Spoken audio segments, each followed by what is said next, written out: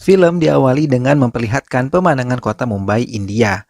Kemudian terlihat seorang pria melangkah dengan pasti menuju suatu tempat dengan membawa tas berwarna hitam. Tak lama pria tersebut menaruh ponsel di tempat tersembunyi, yaitu di patung kepala kuda, dan menaruhnya tepat di bagian mulut patung. Kemudian melanjutkan perjalanan menuju ke atas sebuah gedung tinggi. Ternyata di dalam tas hitam yang dibawa pria tersebut berisi sebuah pistol senapan. Pria tersebut lalu merakit pistol senapan yang ia bawa. Pria itu bernama Matt Madi, seorang polisi bertubuh kekar dan juga gagah. Dari atas gedung tinggi tersebut terlihat Matt Madi sedang menunggu seseorang yang menjadi incarannya. Siang berganti malam, Madi terus menunggu seseorang tersebut. Hingga akhirnya ia mendengar suara 4 orang yang sedang berjalan dan berbicara lewat telepon yang tersambung ke ponselnya yang ia pasang di mulut kepala patung yang berbentuk kepala kuda. Madi langsung berdiri dan membidik pas di kepala 2 orang yang sedang berjalan tersebut. Sontak 2 orang lainnya gelagapan mencari sumber tembakan yang mengarah kepada 2 temannya. Setelah menyelesaikan misinya, Matt Madi dengan santai turun melewati kerumunan massa yang sedang berkumpul melihat korban tembakan yang ia lakukan. Terlihat Matt Madi menabrak seorang polisi, hingga polisi tersebut berkata bajingan kepada Madi. Tetapi betapa terkejutnya polisi tersebut ketika mengetahui yang ia tabrak adalah Madi. Sontak polisi tersebut diam terbelalak dan membiarkan Madi pergi. Madi rupanya mendatangi kantor polisi. Terlihat di sana betapa Madi dihormati oleh polisi lainnya, karena Madi adalah komisaris polisi yang sangat terkenal. Kemudian saat sedang berjalan, Madi didatangi oleh salah seorang polisi dan menanyakan dari manakah Madi selama 2 hari ini menghilang dengan posisi telepon yang terhubung, tapi tak mendapatkan balasan darinya. Dan polisi tersebut bertanya apakah hubungannya Madi dengan 2 orang yang tertembak mati, yaitu Yusuf Patel dan anak buahnya. Kemudian Madi terlihat memasuki ruangan komisaris yang tengah mencari keberadaannya. Komisaris menanyakan dari manakah 24 jam ia menghilang dengan telepon yang terhubung tapi tidak ada respons. Madi menjawab bukan 24 jam lamanya, ia menghilang melainkan 37 jam. Kemudian komisaris juga bertanya kepada Madi, adakah hubungannya dengan kasus penembakan tersebut. Madi menceritakan semua aksi yang ia lakukan dalam penembakan tersebut kepada komisaris polisi lalu ia pergi. Scene berpindah memperlihatkan seorang kepala sekolah sedang berpidato di depan para siswa dan juga para dewan guru. Di antara pidatonya, ia menyebutkan kebanggaannya terhadap salah satu muridnya yang bernama Shalini Nair. Shalini cemas menunggu kedatangan para kakaknya pada saat acara itu tengah berlangsung. Kemudian tak lama Shalini dipanggil untuk naik ke atas panggung agar menerima penghormatan dari kolektor distrik Muhammad Riaz. Terlihat di sana betapa bangganya Ibu Shalini melihat anak perempuannya mendapatkan penghargaan tersebut, begitupun juga dengan teman-teman dan dewan guru yang berada di tempat tersebut. Kakak dari Shalini saat itu sedang asik bermain alat musik dalam acara konser meriah di tepi pantai. Di samping panggung, para kakak Shalini dan juga vokalis bandnya terlihat sedang menghitung pendapatan dari konser tersebut. Tak lama kemudian, datanglah gerombolan pria yang terlihat sedang mabuk dan mengusik, mencoba menggoda vokalis wanita band kakak Shalini.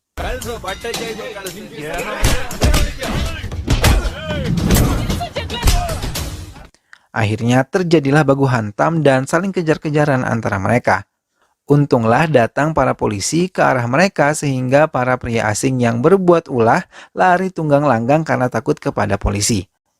Para kakak Shalini akhirnya pulang ke rumah bersama Pak Polisi yang menolong mereka di pantai tadi. Saat sampai di dalam rumah, Shalini menunjukkan piala penghargaan yang ia dapatkan dari sekolahnya. Ketiga kakak laki-lakinya sangat senang akan hal tersebut. Hingga salah satu kakaknya yang bernama Manu menghadiahi Shalini sebuah handphone. Hari pun berganti, Shalini pergi ke sekolah. Ia bertemu dengan kawan-kawannya di sekolah. Ia juga menunjukkan handphone baru hadiah dari kakaknya. Terlihat dari kejauhan, teman pria Shalini bernama Dani melihat Shalini yang baru saja mendapat handphone baru. Dari menelpon temannya, tak lama ia menghampiri Shalini untuk melihat handphone baru tersebut. Tak lama ia merebut handphone Shalini dan terlihat mengetik sesuatu di handphone Shalini. Setelahnya, Dani menelpon seorang bernama Kristi dan berkata bahwa ia bisa mencatat nomor seorang gadis yang sudah ia kirim kepadanya. Scene berpindah memperlihatkan seorang gadis sedang menunggu ibunya untuk menjemputnya dari sekolah.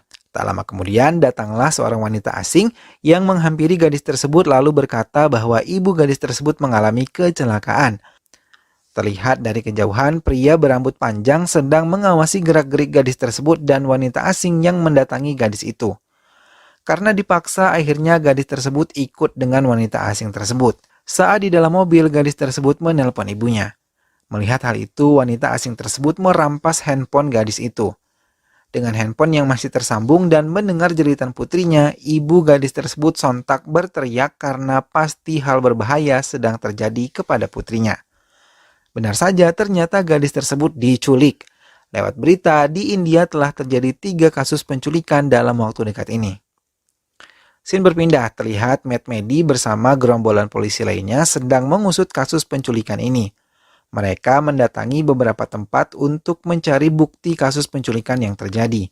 Matt Medi mencari seseorang yang bernama Chandra Raji, seorang pria tua yang kerap menculik anak gadis untuk dijadikan budak seksnya. Tak lama, Medi menemukan Chandra Raji yang sedang melakukan aksi bejatnya. Akhirnya Chandra Raji berhasil diringkus dan dibawa oleh Medi. Tapi sebelum membawanya masuk ke dalam mobil, salah seorang anak buah Chandra Raji berkata bahwa anak buahnya telah memberitahu apa yang terjadi kepada seseorang yang bernama Kayas Bai. Muak dengan ucapan dan gelagat Chandra Raji, akhirnya Medi menembak Chandra Raji tepat di bagian kemaluannya.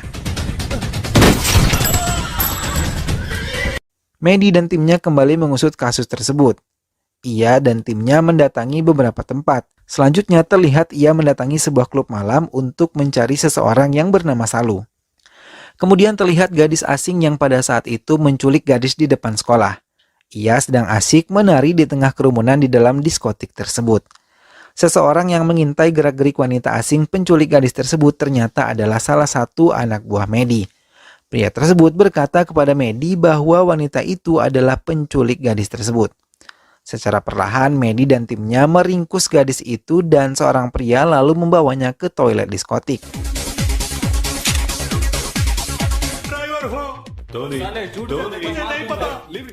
Di sanalah Medi dan tim menginterogasi wanita tersebut dan terlihat ia sangat ketakutan saat diinterogasi oleh Medi. Wanita itu berkata bahwa gadis tersebut telah menjadi incaran selama sebulan terakhir. Dan ia akan diserahkan ke Sek, yaitu tangan kanan Khayas Khana. Wanita tersebut berkata bahwa gadis tersebut akan dibawa ke arah selatan, yaitu ke tempat yang bernama Kerala. Dan ia dibawa menggunakan sebuah wadah kontainer. Tak hanya gadis tersebut yang dibawa, tapi masih banyak gadis-gadis yang lainnya. Setelah mendapat informasi, Medi langsung menyuruh Tony, yaitu asisten polisi, untuk mencari kendaraan yang bisa ia pakai untuk perjalanan panjang. Lalu terlihat Salini menelpon Salu, yaitu teman sekolahnya. Ia berkata bahwa ada nomor asing yang selalu menelponnya. Salini merasa terganggu akan hal tersebut. Keesokannya Salini berkumpul bersama teman-temannya untuk membicarakan seseorang yang selalu menerornya. Tak lama ada telepon masuk dari nomor tersebut. Teman-teman Salini menyuruhnya untuk mengangkat telepon dan mengaktifkan pengeras suara agar mereka bisa mendengar pembicaraannya. Ternyata yang menelpon Salini adalah seorang pria yang bernama Varus. Pria tersebut berkata bahwa ia mencintai Salini. Terlihat Medi mendatangi ibunya untuk memastikan kesehatan ibunya. Di sisi lain, saat di rumah, Salini selalu mendapatkan telepon dari pria tersebut dan mengangkatnya secara diam-diam yang membuat salah satu kakaknya curiga akan hal tersebut. Saat sedang ingin berangkat sekolah, Salini ditelepon kembali oleh pria tersebut. Ia ingin bertemu dengan Salini. Setelah bertemu, pria itu berkata tak akan lagi mengganggu Salini. Salini pun akhirnya mengiyakan permintaan pria tersebut. Akhirnya mereka bertemu di suatu tempat. Salini memperingatkan pria itu agar tidak mengganggunya lagi. Jika tidak, maka handphone Salini akan diambil oleh kakaknya. Saat setelah berbicara dengan pria tersebut, Salini hendak pergi ke sekolah. Pria itu hendak mengantarkannya. Tetapi saat Salini sudah naik mobil, pria tersebut tidak naik mobil bersama Salini. Salini akhirnya berhasil diculik dan dibawa kabur oleh para penjahat. Di tempat lain terlihat sesosok pria sedang ingin melakukan hubungan suami istri bersama seorang wanita. Anehnya, pria tersebut terlihat aneh, seperti seseorang yang selalu dihantui dengan masa lalu yang suram. Ia terlihat seperti ingin membalaskan dendam lama terhadap seseorang. Tak lama terlihat datanglah pria asing yang datang. Ternyata mereka akan melakukan negosiasi penjualan gadis di bawah umur yang disertai dengan sertifikat keperawanan. Di sisi lain terlihat ketiga kakak Salini dan juga ibunya sedang kebingungan mencari keberadaan Salini yang menghilang. Setelah mencari informasi, akhirnya mereka tahu bahwa dalam waktu dekat ini Salini selalu diteror oleh laki-laki bernama Varun, karena ulah si Dani, teman sekolahnya Salini. Madi terlihat menemui seorang pria yang memiliki informasi mengenai kasus penculikan anak di bawah umur yang sedang ia usut. Pria tersebut berkata bahwa terdapat sebuah desa bernama Catan Peti Deka dengan Tenkashi di sana terdapat kuil Kala Bairava. Kuil tempat gadis-gadis yang menjadi pekerja seks. Terlihat Dani dan orang tuanya sedang diinterogasi oleh polisi terkait penculikan Salini yang tak lain disebabkan oleh Dani yang memberikan nomor telepon Salini kepada orang asing. Saat diinterogasi, Dani berkata bahwa yang menyuruhnya adalah seseorang yang bernama Christopher dengan keuntungan ia mendapatkan 500 sampai 1000 rupiah. Orang tua Dani memarahi Dani karena ulah yang ia buat. Polisi lalu meminta Dani untuk menghubungi nomor Christopher tetapi nomor tersebut tidak aktif. Selanjutnya, Medi mendatangi sebuah kantor polisi di bagian selatan India. Ia menemui seorang kepala polisi, namun kedatangannya sia-sia. Kepala polisi tersebut terlihat meremehkan perkataan Medi atas kasus yang telah terjadi. Medi geram kemudian pergi meninggalkan kantor polisi tersebut. Di sisi lain, ketiga kakak Salini mendatangi seseorang di pantai tempat mereka melakukan konser band. Ia mencoba mencari seseorang yang bernama Christopher, tapi seseorang yang mereka temui tersebut tidak tahu hingga salah satu kakak Salini memberikan nomor telepon yang kerap menghubungi adiknya. Saat ditelepon benar saja nomor itu milik Christopher.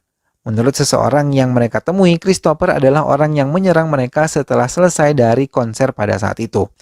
Akhirnya ketiga kakak Salini mendatangi Christopher yang sedang berdiri di tepi pantai. Ketiga kakak Salini langsung menghajar Christopher dan teman-temannya dengan membabi buta. Saat sedang ingin menyerang dengan pecahan botol yang kakak Salini bawa, datanglah para polisi. Polisi tersebut membantu menginterogasi Christopher hingga mereka mendapatkan informasi bahwa di balik penculikan tersebut adalah Satan Suni.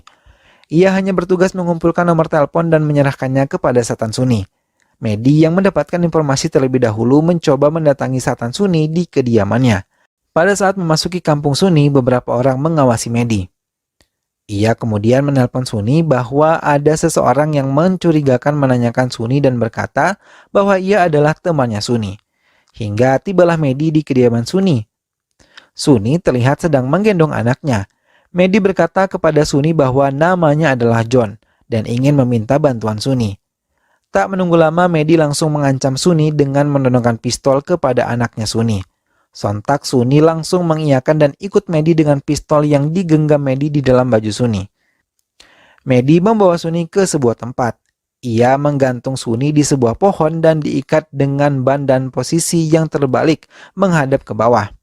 Medi terus bertanya kepada Suni mengenai keberadaan gadis yang ada di foto yang Medi bawa. Suni terus-terusan menjawab bahwa ia tak tahu. Karena geram, akhirnya Medi memotong jari Suni dengan alat yang ia bawa.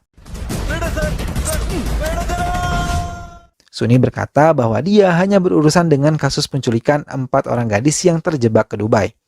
Suni menyebutkan nama baru pada kasus ini yaitu Surab dan Anup. 2 orang ini mengemas gadis perawan menuju luar negeri dan sebagian dijual di pasar India. Tak lama kemudian datanglah temannya Medi. Pria tersebut melihat Medi memperlakukan Suni dengan sangat ganas. Tak berhenti di situ, Medi berencana akan membakar Suni dengan meletakkan bakaran ban tepat di dekat tubuh Suni yang tergantung. Teman pria Medi sangat terkejut melihat hal yang dilakukan oleh Medi. Dengan cepat, ia mencoba mencegah perbuatan yang Medi lakukan. Kemudian Medi berkata kepada temannya itu mengapa ia bisa bersikap seperti itu kepada Suni. Dan betapa terkejutnya, hal yang mendasari perlakuan keji Medi kepada Suni adalah karena gadis cantik di dalam foto korban penculikan tersebut adalah anak gadis Medi.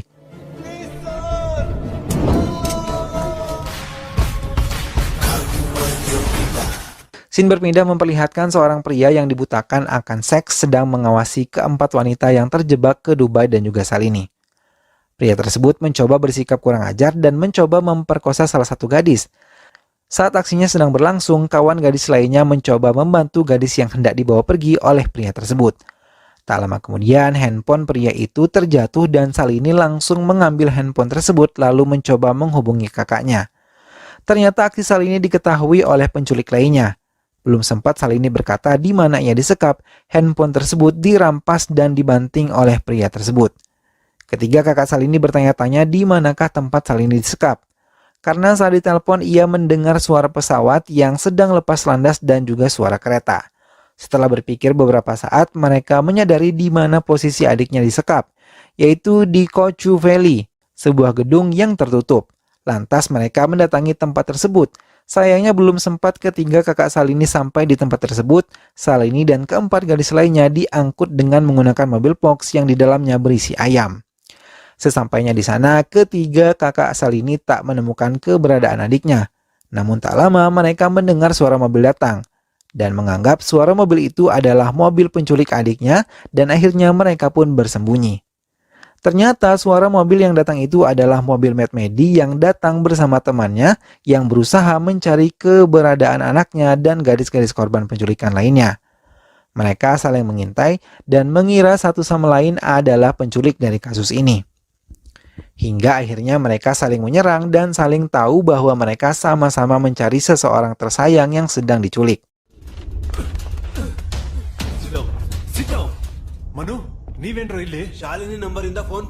Ternyata teman Medi kenal dengan ketiga kakak Salini. Ia berkata bahwa mereka akan berguna dalam pencarian tersebut karena mereka akrab dengan jalan yang ada di Kerala dan Tamil Nadu. Di sisi lain, ternyata para gadis yang diculik tersebut diberi injeksi berupa suntikan agar mereka tertidur dan tak memberontak. Tak lama saat dalam perjalanan, mobil yang berisi gadis-gadis tersebut pun berhenti.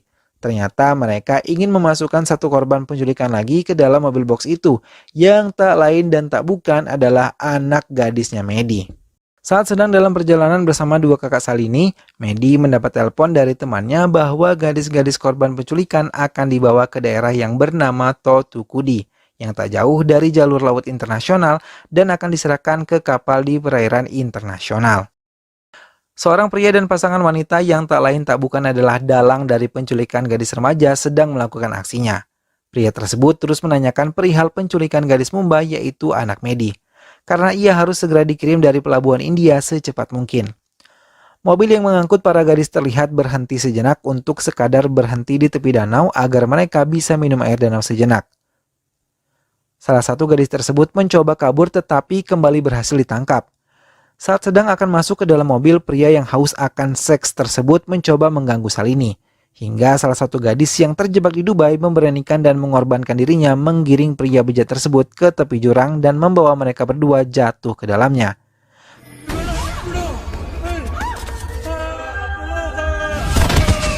Hal itu dilakukan demi menyelamatkan teman-temannya dari pria yang haus akan seks tersebut. Tak lama warga sekitar tebing berkumpul untuk melihat korban bunuh diri tersebut. Hingga datanglah Medi untuk melihat apa yang sebenarnya terjadi. Dengan memperlihatkan kartu tanda polisinya, akhirnya ia diperbolehkan untuk menyelidiki korban tersebut hingga akhirnya ia menemukan 2 lembar kertas mengenai perjalanan dari Dubai yang dibicarakan oleh Suni. Ia mengetahui bahwa gadis itu adalah salah satu gadis korban penculikan. Tak lama Medi dan kedua kakak Salini adu argumen mengenai kasus penculikan ini hingga akhirnya mereka memutuskan untuk berjalan masing-masing. Kemudian saat sedang melanjutkan perjalanan, Medi mendapat telepon dari teman polisinya.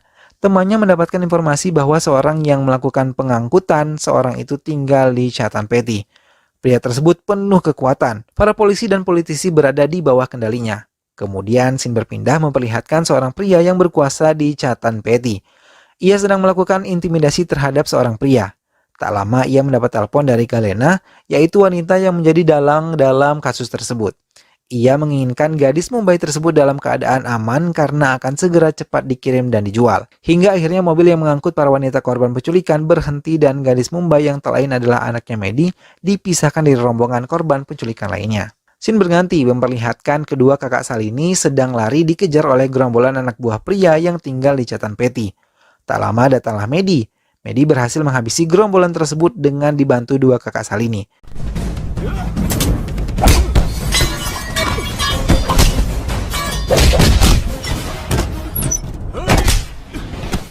Hingga akhirnya ia mendatangi pria catatan peti tersebut, lalu menonjoknya pas di bagian wajah pria tersebut. Pria itu dibawa Medi dan diancam dengan sebuah mesin penggiling dan berhasil membuat pria tadi ketakutan. Lalu ia mengatakan siapa dalang di balik kasus ini. Ulah dari kasus ini adalah Gayas, Gana, dan Galena. Medi menyuruh pria tersebut untuk menelpon Galena dengan berkata bahwa temannya dari Bangalore yang tak lain adalah Medi menginginkan seorang gadis kecil dari Trivandrum yang tak lain adalah Salini dengan harga 10 lark. Galena pun mengiyakan. Kemudian Medi bersama pria tersebut berangkat menuju kediaman Galena dengan membawa uang 10 lark yang berasal dari pria catatan Perry atas desakan dan ancaman Medi. Sebelum menuju rumah Galena, Medi menyusun rencana kepada dua kakak Salini untuk mengawasi Selvam yang mungkin saja membawa anak gadisnya. Akhirnya mereka berpisah dengan mengendarai mobil menuju tujuan mereka masing-masing. Medi dan pria catatan Peti akhirnya sampai di kediaman Galena dan Gayas, Gana. Medi langsung menemui Galena dan tak lama mereka menunjukkan Salini yang akan mereka tukar dengan uang 1 lark yang telah dibawa. Tak lama Salini kembali dimasukkan ke dalam kamarnya. Kemudian Medi berkata ingin melihat Salini secara langsung. Medi berhasil menemui Salini. Ia berkata ia akan menyelamatkannya dan berkata bahwa kedua kakaknya yaitu Manu dan juga Kartik ada bersamanya. Tak lama Medi menelpon kakak Salini untuk datang membawa adiknya dari tempat itu. Pria catatan Peti tersebut secara diam-diam berkata kepada Galena bahwa Medi adalah pria yang berbahaya. Hingga Galena berteriak menyuruh Surap untuk memeriksa dan mendatangi Medi dan Salini di dalam kamar.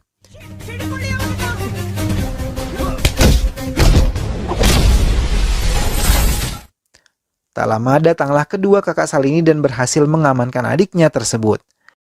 Kemudian dengan pistolnya Medi mengancam Galena dan menanyakan keberadaan anak gadisnya. Akhirnya Galena mengatakan di mana keberadaan anak gadis Medi, yaitu di pelabuhan di gedung nomor 5. Jika Galena berbohong, Medi berjanji akan kembali untuk menghabisinya. Tak menunggu waktu lama, Medi langsung menuju pelabuhan dan gedung nomor 5. Sampai di sana, Medi tak menemui siapapun. Tapi tak lama terdengar seorang memanggil namanya. Berkali-kali, berulang kali, tapi Medi tidak menjumpai siapapun. Hingga akhirnya diketahui wujud dari suara tersebut adalah Gayas, Gana. Dengan wajah yang penuh dendam dan amarah, Gayas, Gana berkata kepada Medi atas perbuatannya kepada Gayas, Gana hingga Gayas, Gana tak tahu apakah ia perempuan atau laki-laki. Ia berusaha mengingatkan hal itu kepada Medi. Medi pun bingung apa yang dibicarakan pria yang ada di depannya. Kemudian Gayas, Gana menceritakan semuanya saat ketika ia akan melakukan perbuatan asusila pada anak gadis berumur 13 tahun. Medi saat itu datang untuk menyelamatkan gadis tersebut. Dan Medi menyerang Gayas, Gana dengan memutar tangan Gayas, Gana dan pisau tersebut mengarah ke kemaluan Gayas, Gana. Gayas, Gana telah lama menunggu hal ini. Ia ingin membalaskan dendamnya karena Medi telah menghapus seksnya dan menunggunya 8 tahun terakhir. Terjadilah saling serang antara mereka berdua.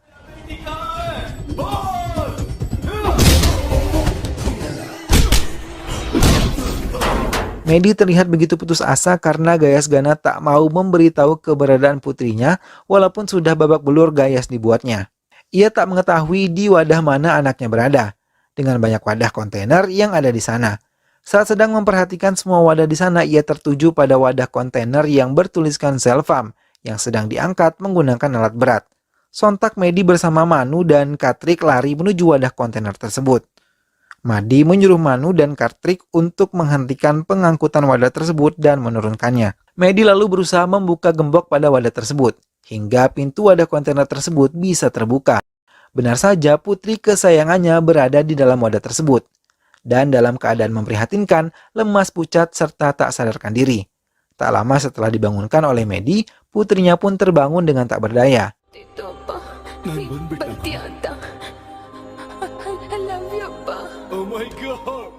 Ada banyak bekas suntikan di tangan putrinya, yaitu suntikan injeksi agar ia dalam keadaan lemah tak sadarkan diri.